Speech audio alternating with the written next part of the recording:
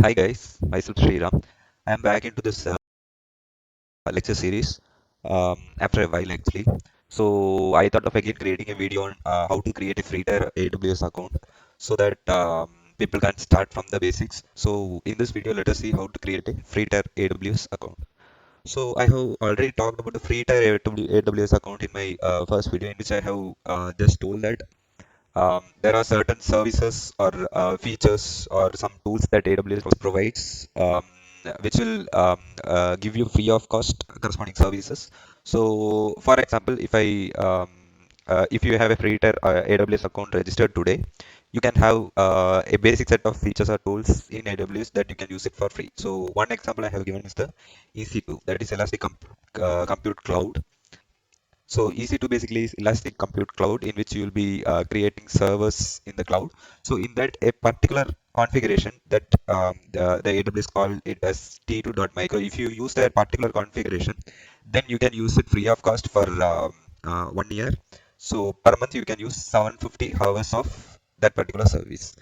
So similarly for all the features that AWS provides, most of the features are having um, a free tier usage account. So that details you can see it in aws.amazon.com/free. I am already in that. So you can see if the features are broadly classified into three things. That is 12 months free. So for example, whatever I told for EC2, if you are using it, the T2.micro configuration for 750 hours per month, you can use for free. Similarly, for storage purpose, we have S3, in which 5 GB of data you can use. Similarly, the corresponding get and put requests will be mentioned in that. So similarly, for database, relational database service, 750 hours, you can use it. So these are all 12 months free category. So you have another one in which it's always free. So it doesn't matter whether you are using it in the first year or not. These set of services for the respective um, requests or storage amount, everything, those are all free forever. So that comes in the always free category. And there are some trial versions of the tool that you can use for the respective hours or days or whatever it is. So that comes in the third category, which is trial. So if you want the details in the product format, you can always use it. So for example, um, EC2 service comes in the compute. So compute whatever services are available. So which category it comes? It's in 12-month category, or it's free always, or it's in the free tier. All the status you can see it in this. So the site that you have to go and check, the link that you have to use is aws.amazon.com/free. So the next thing I want to talk about is the um, pricing. So as I told, if you use beyond the hours or days that is mentioned in this free tier usage category, if you use beyond that, then you will have to pay for it. So how much pricing that you have to pay for the services that you have used beyond the free tier usage? So those details will be available in aws.amazon.com/pricing. So in this, if you go inside category wise, it will be mentioned how much pricing you have to pay for each and every services. So for example, if I go inside compute for EC2, whatever you have used for the other than the free tier account, you can go inside this and see how much you have to pay. So all the details are available in this particular link. So the next thing is aws.amazon.com free/free tier FAQs. So this I will cover it in the last part of this video. So with these basic details, I will move on to how to create a free tier AWS account. So for that, the things that we need are one valid email address. So it is like one-to-one mapping. So for a particular email address, you can have only one account. So if you have already used your email address for creating an account previously, then you cannot use it now. So you have to come up with a fresh email address for which there is no AWS account currently. You should have a valid phone number registered. We have while doing the registration, you have to give a valid phone number. So call verification will happen for that. So come up with a valid phone number. The next thing that you should have is either a debit card or a credit card. So debit card can be Visa or Mastercard. So while giving the registration, you might have to give the type in the card details, the card number along with the expiry date details and all. So initially, when you do the registration, one-time deduction of Indian rupee 2 will happen. So once the verification is completed, that amount will be refunded to your card. What is the purpose of registering this card? So whatever services that you are using outside of the printer usage, I said that you have to pay for it. AWS will generate the billing in a particular place. So you can refer to that and you have to pay the bill. Payment will happen through the card that you are going to register during this registration process. So some other details regarding that. One particular card you can use for multiple accounts. That is possible. So even if you have used your card for some other AWS account, doesn't matter. You can use it for creating a new account as well. And giving the card details is absolutely safe. So it's not like you are giving your user ID or um, net banking password that you are going to register the site. It's just the card number and the expiry details, which is always going to be safe. So there is no safety issues as such. So let us get our hands wet. We will just see how to create a new account in AWS. So I have email address which I have not used for creating any AWS accounts. So now, for doing the password, there are certain policies that you must have to follow. So it should be a minimum of 8 or more characters, include a minimum of three of the following mix of characters. So uppercase, lowercase, non-alpha numeric symbols, etc. You have to use at least three, and not be identical to your AWS account name or email address. So that is done. I have to give a particular AWS account name. Choose a name for your account. You can change this name in your account settings after you sign up. Fine. So I will type in my name along with AWS. So continue. Okay. Never. Okay. So it is asking for the contact information. Please select the account type and complete the fields below with your contact details. So it is asking for the account type whether it is professional or personal. So it depends on your usage. So if you're running a company or something, you have to use the professional option. So I will go with personal because this is for just for educational purpose. So full name I have used it, and you have to type in your phone number. So this should be a valid one, to which you will be receiving a call for verification. So upon verification, only upon verification, this account setup process will be completed. So make sure you are giving a valid phone number. So the region for me is India.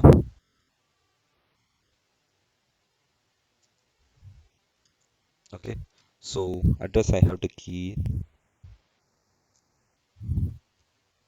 Okay, so check here to indicate that you have read and agreed to the terms of the AASPL customer agreement.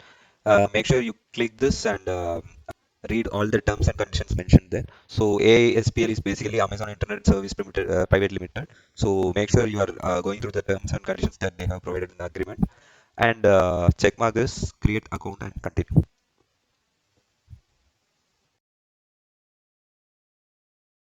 So now we have come to the payment information. So we already know that how much of a service that we are going to use other than the Freeter account usage, we will have to pay it. So for that payment, we will be using a particular card here. It can be a credit or debit card. So please key in the debit card or credit card number, the expiration date, and the cardholder's name. Then use the billing address, whatever was mentioned, and do you have a plan? So if you are using this for a particular company or any business purpose, it's always good to key in, click yes and give your PAN card number so that um, the tax settings page will come where you can key in the um, details of inside the tax settings page. So if you are using it just for education purpose or any personal purposes, then you can always click no, and then you can click the verify and add button. So actually, I have received a OTP in my mobile um, that I have used for the registration. So it has sent me an OTP, which I am typing it here. So basically, the card that I have provided is the ICICI Bank's card, debit card, and this is the mobile number to which I got the OTP, and it has debited a amount of rupees 2.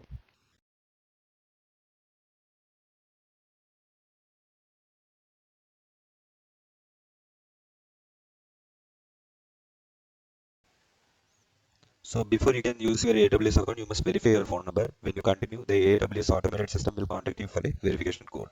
So what I'm planning to do, I will type in my phone number again, and I have to type in the,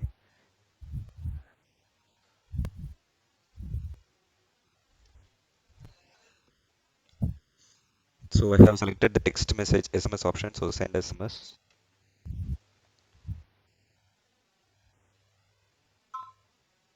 Yes, I have received a verification code 4 digit, so I'm keying in that. Verify the code. Your identity has been verified successfully. So on clicking continue, it is asking me to select a support plan. So here is the place where we have to register the free tier account plan. So it can be basic, or it is developer's plan, or it is business plan. So based on your usage, actually you have to click this. So for me, I have already told that this is just for education purpose. So I will go for the free tier account plan.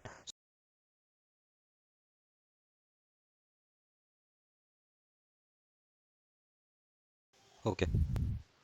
So I hope the account would have been created successfully. So let me sign into the console and check whether it's successful or not.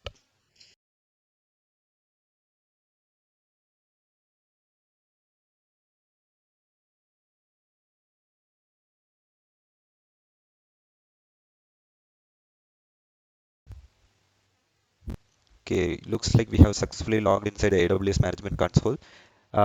So this is the console where we can see the details of all the services. So if I click on all services, it will display all the services that AWS provides. And other than this, we have all the account details in this particular session. So inside my account, if you go, you can see all the basic account details along with the billing details, etc., etc. Billing dashboard, you have it separately, and the credential details of whatever this account had. This is the place where the region is selected. So for me, I am based out of India region, so I will select the nearest place to me, which is Mumbai. And yeah, through this we can contact to the support center of Amazon for any issues or for any documentations and training. We will go to these particular links. Other than this link, other than this, we have all the by clicking here, we can access to all the services. And there is a history as well. It's good, and resource groups. So yeah, we will see more on these things when we go into the subsequent videos. And I have already. So one last thing that I have in mind to cover in this video is about the certain FAQs. So a lot of people have doubts in a lot of places while creating the AWS free tier account. So some of them we will try to cover in this videos. So there is a separate FAQ session for this in aws.amazon.com itself. So /free tier FAQs. So we'll just go through it to get some basic idea of what things are. So what is the AWS free tier? We have already seen it. When does the AWS free tier expire? So exactly in 12 months. That includes the date in which you have registered the account. For example, today it is 24th October 2019. So exactly on 23rd October 2020 it will expire. So what do I need to do to qualify for the AWS free tier? We know that what all things we need for registration and other details. We have already seen that. Okay, so billing is one important part where people do raise a lot of questions. So if we sign up for consolidated billing, so that is one particular feature that we can use. We can consolidate the billing for multiple accounts. So in that case, can we get the AWS free tier for each account? That is not possible actually because the billing is consolidated for many accounts.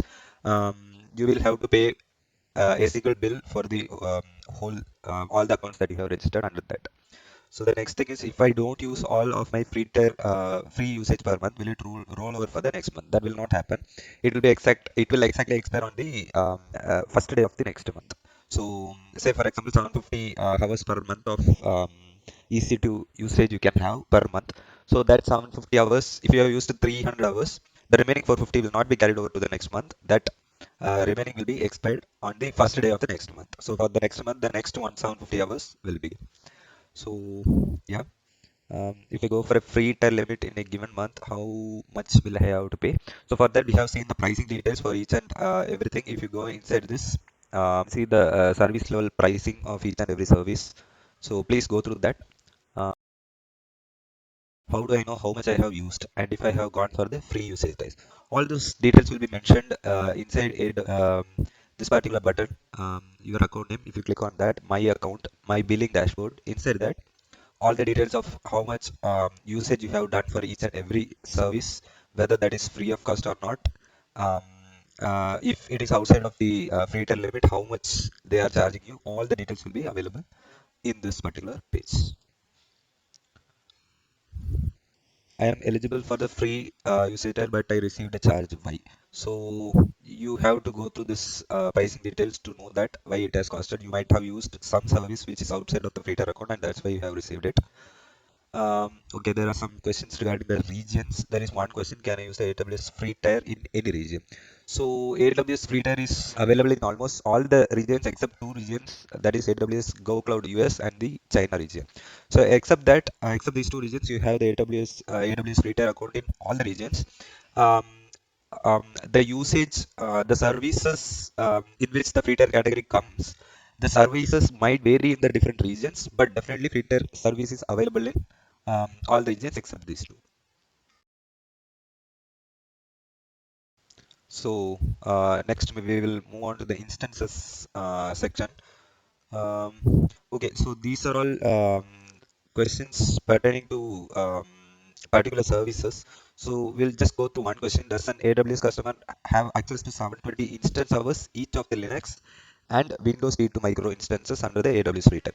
So basically, inside the EC2 feature, you can create um, servers on cloud. So it can be Linux or Windows servers. So the question is like, do we have 750 instance hours for each Linux and Windows? So for Linux, you can have a server running for 750 hours, and for Windows, you can have instances running for another 750 hours. Are they related? Are they both included in the same 750 hours, or you have different 750 hours? That is a question. So that is yes. Um, we can have a particular Linux machine and Windows machine running for 750 hours each, and it's not all together. So Linux can run its own 750 hours, and Windows server can run its own 750 hours. So please go through all other questions so that any of your, if you have any doubts, those will get clarified. So I hope this video was useful to you. Um, if you have any questions, please feel free to comment in the below comment section. Please like this video, subscribe to the channel if you are interested, and thanks for your support. Bye.